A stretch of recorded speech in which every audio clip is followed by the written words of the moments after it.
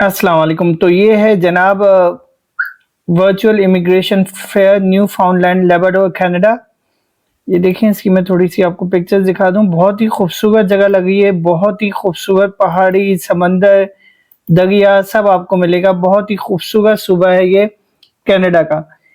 अब इन्होंने निकाल दिया वर्चुअल इमिग्रेशन फेयर, जो कि 24 जनवरी 2024 को होगा 6 बजे जीएसटी टाइम के मुताबिक, जो कि यहाँ पे तकरीबन 6 बज गए होंगे सऊदी अरब में। इसके लिए आपने क्या करना है, सिंपली रजिस्टर्ड होना है और मैं आपको सिखा रहा हूँ तरीका रजिस्टर्ड होने का। तो ये लिंक आपको मिलेगा ये वीडियो के डिस्क्रिप्शन में, आप वहां से जाके लिंक उठा लें और उसके बाद ये क्लिक कर दें, रजिस्टर्ड नाउ पे आपने क्लिक कर देना है। उसके बाद ये रजिस्टर्ड, सबसे पहले इस फॉर्म को भरना बहुत ही आसान है। सबसे पहले आपने अपना नाम डालना है, जो लास्ट नेम हो वो डाल दें। उसके बाद जो आपका ईमेल एड्रेस हो वो डाल दें और जहाँ की आपकी नेशनैलिटी है वो डाल दें। उसके बाद जिस मुल्क में आप रहते हैं, अगर आप सऊदी अरब में रहते हैं तो आप सऊदी अरब डाल दें, ठीक है। अगर आप United Arab Emirates UAE Dubai में रहते हैं तो ये डाल दें। मोस्टली जो हमारे दोस्त हैं वो सऊदी अरब में रहते हैं, तो अभी हम यहाँ पे सऊदी अरब डालेंगे जहाँ पे अभी आप मौजूद हैं। अच्छा, तालीम अगर आपकी कुछ भी नहीं है तब भी आपने सेकेंडरी डालना है, नो सेकेंडरी नहीं डालना है, सेकेंडरी डालना है। उसके अलावा अगर आपने कोई भी डिप्लोमा वगैरह किया हुआ हो, कोई सर्टिफिकेट किया हुआ, तो आप यहाँ पे ये वाला ऑप्शन सेलेक्ट कर सकते हैं। और अगर आपने कोई ट्रेड में काम किया हुआ हो तो उसका आप ये ऑप्शन सेलेक्ट कर सकते हैं और आपके पास इसका कोई ना कोई डॉक्यूमेंट्स मौजूद होना चाहिए, ठीक है। हम कर देते हैं यहाँ पे ट्रेड अप्रेंटिस सेलेक्ट। उसके बाद वर्क एक्सपीरियंस आपने, जैसे ये बहुत इंपॉर्टेंट चीज़ है, आप समझ लें। देखें, अगर आप प्लम्बर हैं, मेसन हैं, तो आप कंस्ट्रक्शन डालेंगे, यहाँ पे आ गया कंस्ट्रक्शन का। और अगर आप शेफ हैं, आप कुक हैं, आप क्लीनर हैं, तो आपने डालना होगा हॉस्पिटैलिटी। ये देखें, ये हॉस्पिटैलिटी सिलेक्ट करेंगे, उसके बाद यहाँ पे आपका फर्दर वो आ जाएगा। आपने कहा जी मैं शेफ हूँ, तो आपने शेफ का डाल दिया।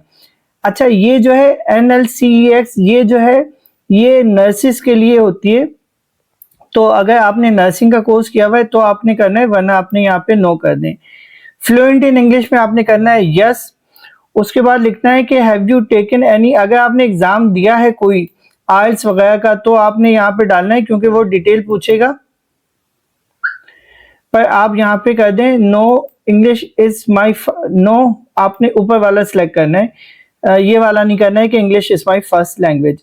उसके बाद अगर आप फ्लुएंट हैं फ्रेंच में तो वो भी आपने करना है यस और नो। अगर आपको नो है तो नो कर दें, यहाँ पे भी आपने नो कर दें। उसके बाद in which country did you attend, आपने अपने मुल्क में अगर किया है तो अपने मुल्क का डाल दें। अगर आपने कहीं किसी भी दूसरे मुल्क में किया है तो आप दूसरे मुल्क का डाल दें। उसके बाद what question do you have about living in new फाउंडलैंड Labrador, ये बहुत इंपॉर्टेंट क्वेश्चंस हैं, ये मैं अभी आपको बताने जा रहा हूँ। अच्छा भाई, तो क्वेश्चंस बहुत ही ज्यादा इंपॉर्टेंट है और ये क्वेश्चंस आपने लाजमी लिखने हैं।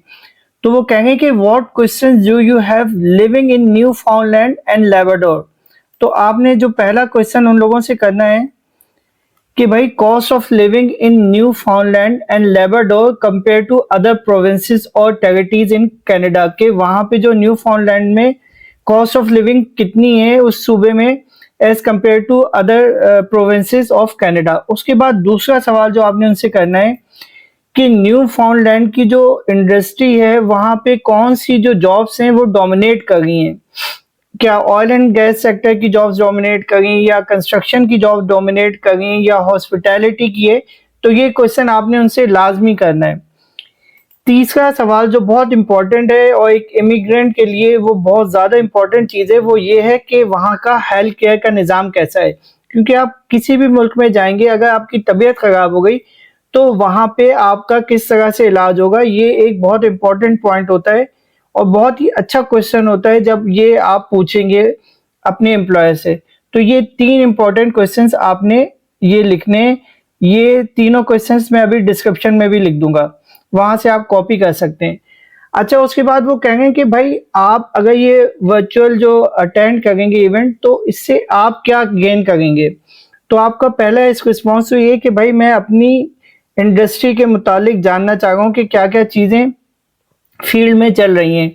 उसके बाद जो जो चीज़ें चल रही हैं उस पर मैं एक्शनेबल आइटम्स जो है ना वो मैं इसमें से टेक अवे करूँगा। फर्स्ट करें आपको कोई और चीज़, कोई और क्वालिफिकेशन करनी है या कोई और सर्टिफिकेशन करनी है या कोई और स्किल हासिल करनी है, तो वो आप इस वर्चुअल फेयर से लर्न कर लेंगे।